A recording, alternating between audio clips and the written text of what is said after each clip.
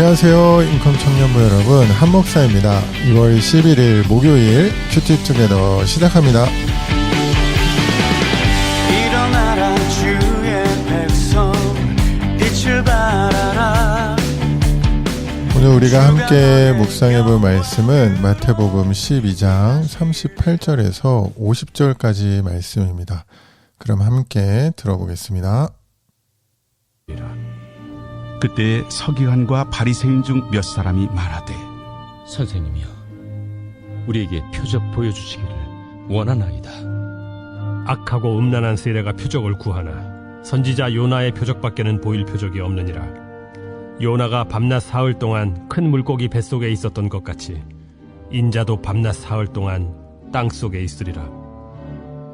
심판때에 니느웨 사람들이 일어나 이 세대 사람을 정죄하리니 이는 그들이 요나의 전도를 듣고 회개하였음이거니와 요나보다 더 큰 이가 여기 있으며 심판때에 남방 여왕이 일어나 이 세대 사람을 정죄하리니 이는 그가 솔로몬의 지혜로운 말을 들으려고 땅끝에서 왔음이거니와 솔로몬보다 더 큰 이가 여기 있느니라. 더러운 귀신이 사람에게서 나갔을 때 물 없는 곳으로 다니며 쉬기를 구하되 쉴 곳을 얻지 못하고 이에 이르되 내가 나온 내 집으로 돌아가리라 하고 와보니 그 집이 비고 청소되고 수리되었거늘 이에 가서 저보다 더 악한 귀신 7을 데리고 들어가서 거하니 그 사람의 나중 형편이 전보다 더욱 심하게 되느니라. 이 악한 세대가 또한 이렇게 되리라. 예수께서 무리에게 말씀하실 때 그의 어머니와 동생들이 예수께 말하려고 밖에 섰더니 한 사람이 예수께 여짜오되, 보소서, 당신의 어머니와 동생들이 당신께 말하려고 밖에 서 있나이다. 누가 내 어머니이며 내 동생들이냐? 손을 내밀어 제자들을 가리켜 나의 어머니와 나의 동생들을 보라. 누구든지 하늘에 계신 내 아버지의 뜻대로 하는 자가 내 형제요 자매요 어머니이니라. 오늘 말씀에서는 바리새인들과 서기관들이 예수님께 표적을 보여달라고 요청하는 모습이 나옵니다. 이에 대해서 예수님께서 악하고 음란한 세대가 표적을 구한다는 말씀을 하시고요. 너희한테는 요나의 표적밖에는 보여줄 게 없다라는 말씀을 하십니다.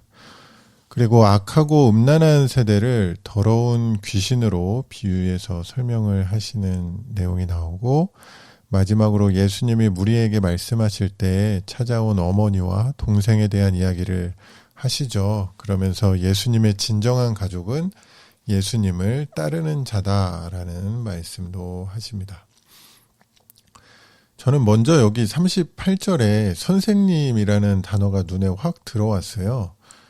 서기관과 바리새인이 예수님을 불렀던 호칭인데 선생님이요 라고 그랬거든요. 랍비라는 말과 같은 의미인데, 보통 우리가 예수님을 향해서 주, my lord 이렇게 부르는 의미는 아닌 거죠. 그러니까 여기서 아직도 이 사람들에게는 예수님이 단지 어떤 종교적으로 조금 더 나은 어떤 사람, 그 정도의 선생님일 뿐이구나 라는 생각이 들었습니다. 그리고 지금까지 기적을 계속 보고도요, 또 다시 표적을 보여달라고 해요. 근데 지금까지 예수님께서 어떤 이적이나 기적을 행하신 일들을 생각해 보면, 요청했을 때, 많이 보여주셨죠. 근데 또 안 보여주실 때가 있었거든요. 예를 들면 예수님께서 처음 사역을 시작하시기 전에 40일 금식하시고 사탄에게 시험을 받으실 때 안 보여주셨어요. 행하지 않으셨어요. 그리고 지금인 것 같은데, 지금 여기서 요청하는 지금인 것 같은데 무슨 차이가 있을까를 생각을 해봤어요.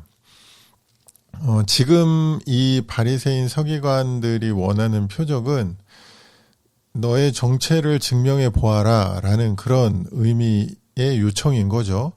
그래서 예수님께서 당장 보여주시지 않고 너희에게 보여줄 표적은 요나의 표적, 그러니까 내가 3일 만에 다시 부활할 것뿐이라고 말씀을 하십니다. 그런데 또 예수님의 기적을 경험했던 경우들이 있잖아요. 그때를 생각을 해보면 뭐 예를 들면 뭐 병을 고쳐달라든가 뭐 죽은 내 딸을 살려달라든가 하는 그런 요청들을 했을 때 예수님께서 보여주셨잖아요. 그러니까 정말 나의 필요에 의해서 예수님의 도우심이 필요해서 구할 때는 긍휼하신 마음으로 다 들어주셨던 것 같아요. 내 힘으로 할 수 없지만 예수님, 당신 주님은 하실 수 있습니다 라고 요청할 때 예수님께서 그런 사람들의 요청은 무시하지 않으셨다라는 거죠. 뭐 옷자락만 만짐으로 병이 낫는 기적을 경험했었잖아요. 결국 어떤 마음으로 예수님께 나아가느냐가 중요한가를 다시 한번 생각하게 되는 것 같습니다.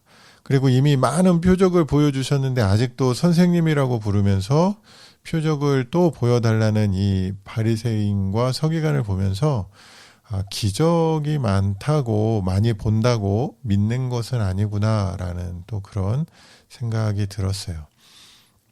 그리고 마지막에 가족에 대한 말씀 부분에서 묵상을 이렇게 하게 되었는데 마지막 50절에서 누가 내 어머니고 내 동생들이냐는 말씀에 대한 답으로 하신 말씀, 누구든지 하늘에 계신 내 아버지의 뜻대로 하는 자다라고 하셨는데 일단 이 말씀을 문자적으로 이해해서 친형제 부모는 중요하지 않다 이렇게 이해하면 안 되고요.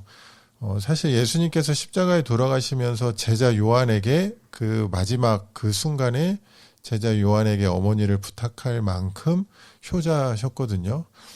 여기서는 사람들에게 교훈을 주기 위해서 어떤 극단적인 예를 드신 걸로 이해하시면 되겠습니다. 여기서 핵심은 누가 이제 주님의 진짜 가족인가라는 건데, 아버지의 뜻대로 하는 자라는 거죠. 근데 잘 보세요.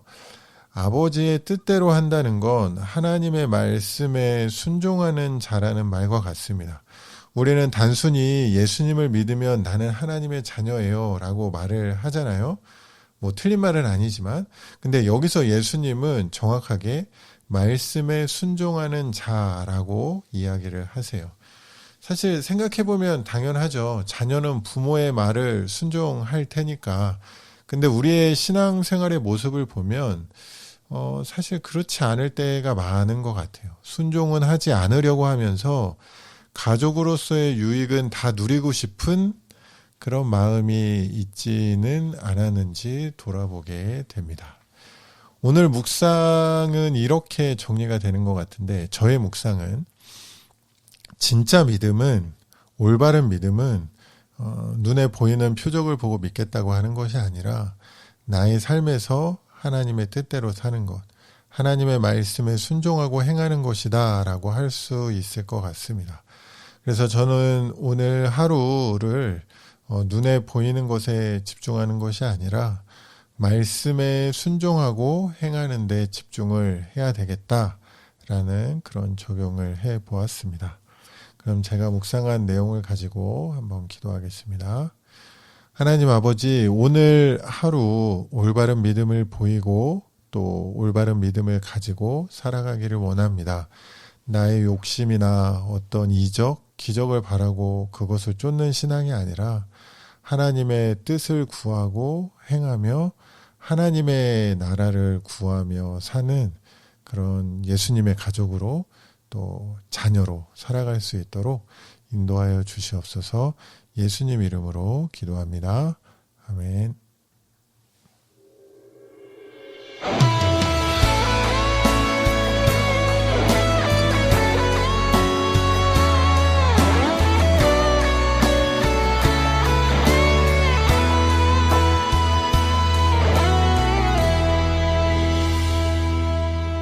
이곳에 임하신 하나님 나라 가난한 마음으로 바라보리라. 먼저 그 나라 그 뜻 구하며 나의 삶 드리리. 주님이 맡기신 하나님 나라 믿음의 눈으로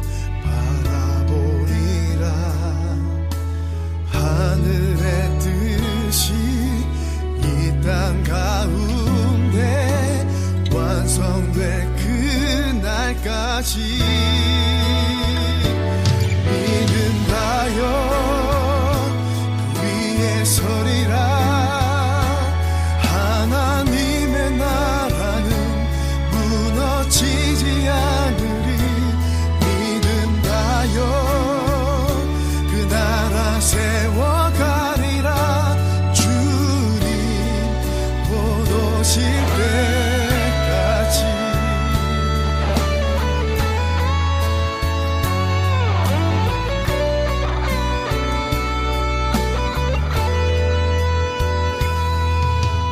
이곳에 임하신 하나님 나라 가난한 마음으로 바라보리라. 먼저 그 나라 그 뜻 구하며 나의 삶 드리리. 주님이 맡기신 하나님 나라 믿음의 눈으로 바라보리라. 하늘의 뜻이 이 땅 가운데 완성될 그날까지 믿음하여 그 위에 서리라.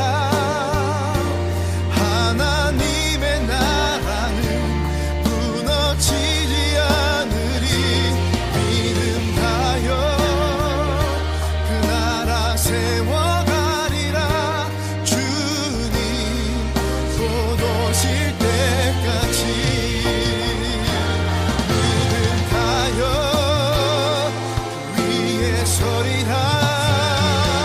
하나님의 나라는 무너지지 않으리. 믿음하여 그 나라 세워가리라. 주님 곧 오실 때까지 믿음하여 그 나라 세워가리라. 주님 곧 오실 때까지.